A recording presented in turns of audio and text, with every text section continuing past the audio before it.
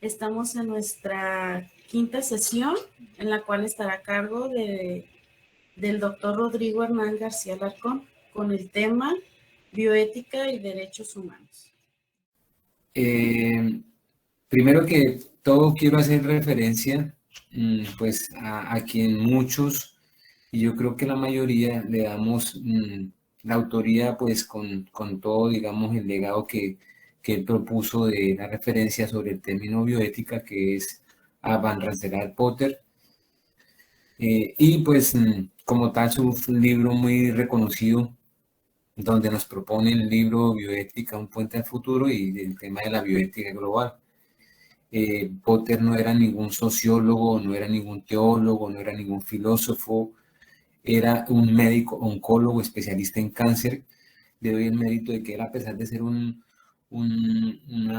persona que se dedicaba a la disciplina de la salud, es decir, al tema, digamos, de todo su estudio que hizo desde medicina y especialista en cáncer, él no redujo esta área de la bioética específicamente al campo de un principio de autonomía o una relación médico-paciente o cuál es la ética médica, no, por el contrario, él pidió que esta ciencia, como la llamaba ciencia de la supervivencia, fuera un puente entre, él llama eso, puente entre las ciencias humanas o los valores humanos y las ciencias, es decir, el ambiente, digamos, de lo científico. Muy pronto, estamos hablando de 1971, en el 70, 71 también Potter saca su término bioética en Bridge of Futuro, de la bioética Puente al Futuro. Surge este señor que es médico obstetra, André Hellegers, y es el primer, digamos, acercamiento de la bioética al campo médico, muy cercano a esta fecha. Ustedes reconocen y conocen de pronto a los autores Thomas Beckham y Jan Childress con su famoso informe de Belmont, donde pues Estados Unidos los designa para que saquen unos principios éticos o consideraciones para la protección de los sujetos humanos, y es donde inicia toda la corriente del principialismo de la bioética. La DUC pues fue promulgada el 19 de octubre de 2005, es decir que estamos a puertas de celebrar 22 años, perdón, 17 años estaríamos cumpliendo en el 2022. Entonces, en ese sentido, pues la Declaración Universal sobre Bioética y Derechos Humanos es un documento de trascendental importancia para esta ciencia emergente, elaborado después de 2 años de discusión y borradores por parte del Comité Internacional de Bioética y el Comité Intergubernamental de Bioética, ambos organismos dependientes de la UNESCO. Yo creo que ustedes deben saber, o quiero mencionárselo, cómo cuando fueron a promulgar este documento en 2005, pues la mayoría de países, específicamente del norte, como es Norteamérica y algunos países, la mayoría de Europa, pues querían que la bioética siguiera restringida al campo biomédico, es decir, que no se trataran los 15 principios que se trabajó desde la declaración de la UNESCO, ¿sí?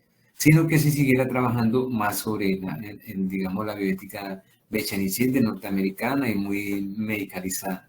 Pero que por eso dice ahí, después de varias discusiones, inclusive varios países se levantaron de las mesas cuando se estaba trabajando en este documento, porque pues se dieron cuenta de que pues en realidad no se estaba teniendo en cuenta la bioética contextualizada de nuestros países.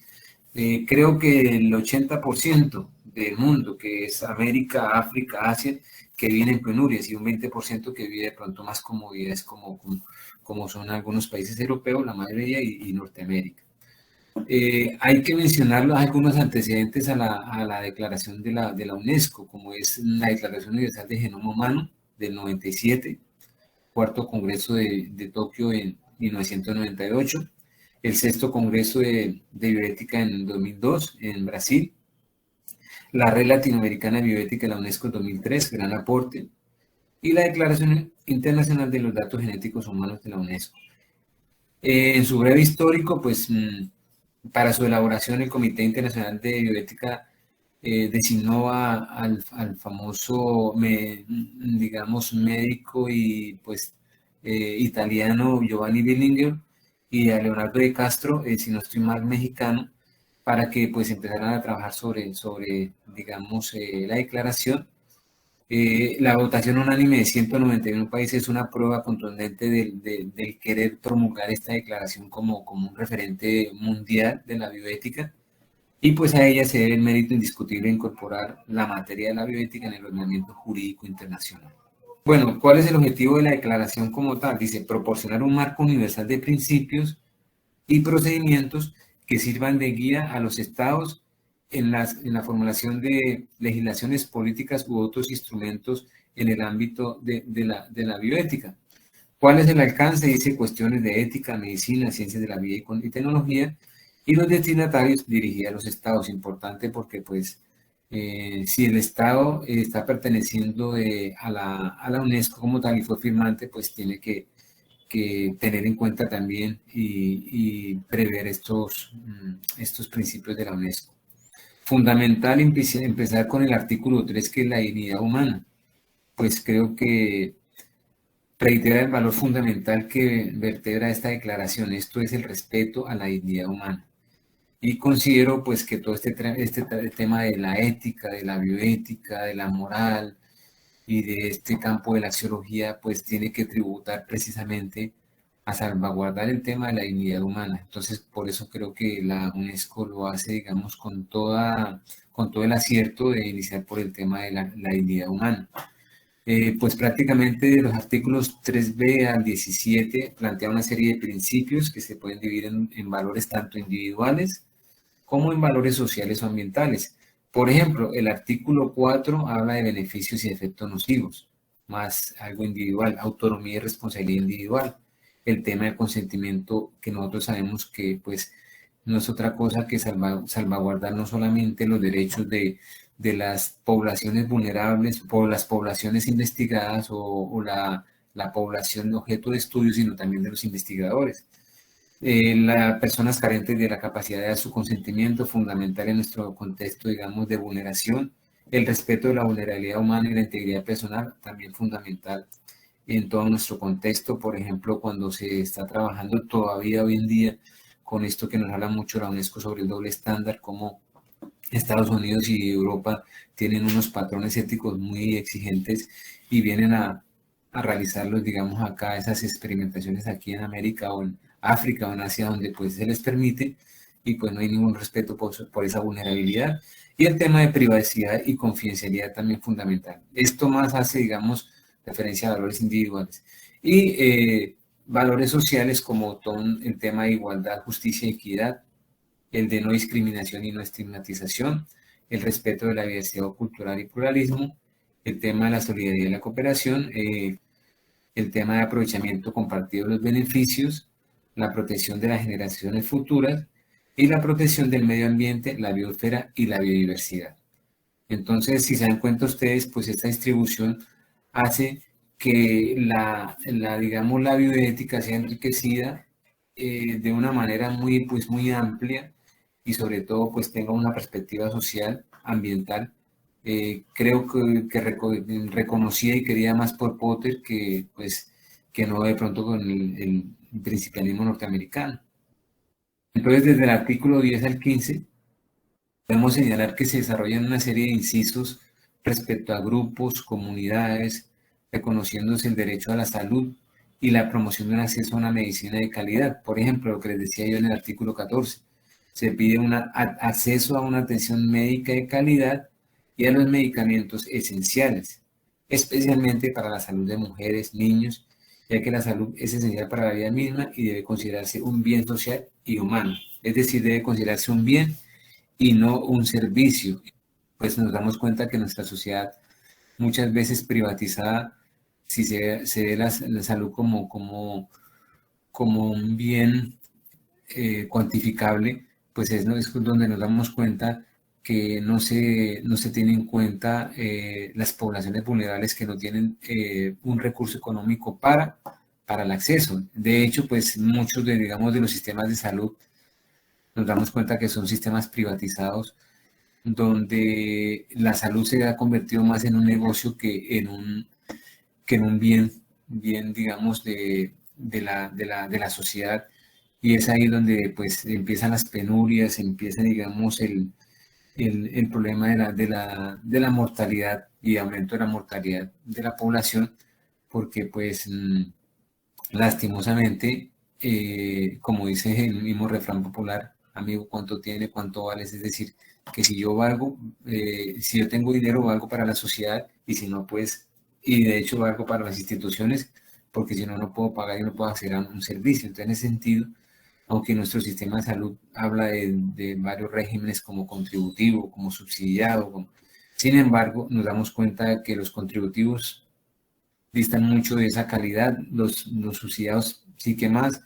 En cuanto a la implementación, la declaración cita a los estados o pues invita a los estados que deben tomar las medidas de carácter legislativo, administrativo y de otro índole para implementar los principios establecidos de la UNESCO.